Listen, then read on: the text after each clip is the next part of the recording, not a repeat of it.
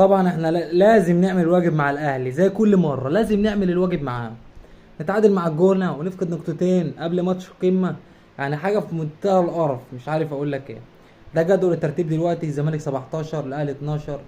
الاهلي لو فاز الماتش المؤجل وفاز علينا عنده 18 نقطه عدانا. من يومين بالظبط الاهلي كان في المركز 16 واحنا كنا في الاول وفرق كام نقطه. دلوقتي بسبب اللعيبه اللي ما بتلعبش اصلا، لعيبه ضامنه المكسب. هو انت 1-0 انت ضامن مكسب يا حبيبي؟ 1-0 انت مش ضامن مكسب. ايه العك اللي بيحصل ده؟ وفريرة تغييراته كلها زي الزفت. اسمع مني، انا قلت لك قبل الماتش انا حاسس ان الزمالك هيخسر النهارده، هو اتعادل، هو ما خسرش بس اتعادل. وبعدين خساره زي المكتب، نقطتين في غايه الاهميه الزمالك ضيعهم النهارده. الزمالك بيضيع النقط في الماتشات السهله، بس الجونه ما فاتش غير ماتش من اول الدوري، جاي يتعادل معانا دلوقتي بسبب مرونه لعيبه. اصلا اللعيبه بتلعب الشوط الثاني ولكنها فازت 3-0 و4-0.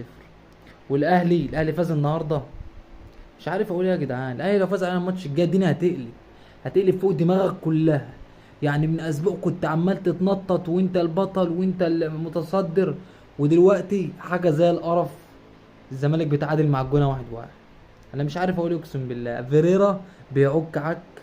والدنيا هتقلب علينا في اخر الدوري، وهفكركم في اخر الدوري ايه، الجوله الجايه الدنيا هتقلب علينا. وبس يا عمي.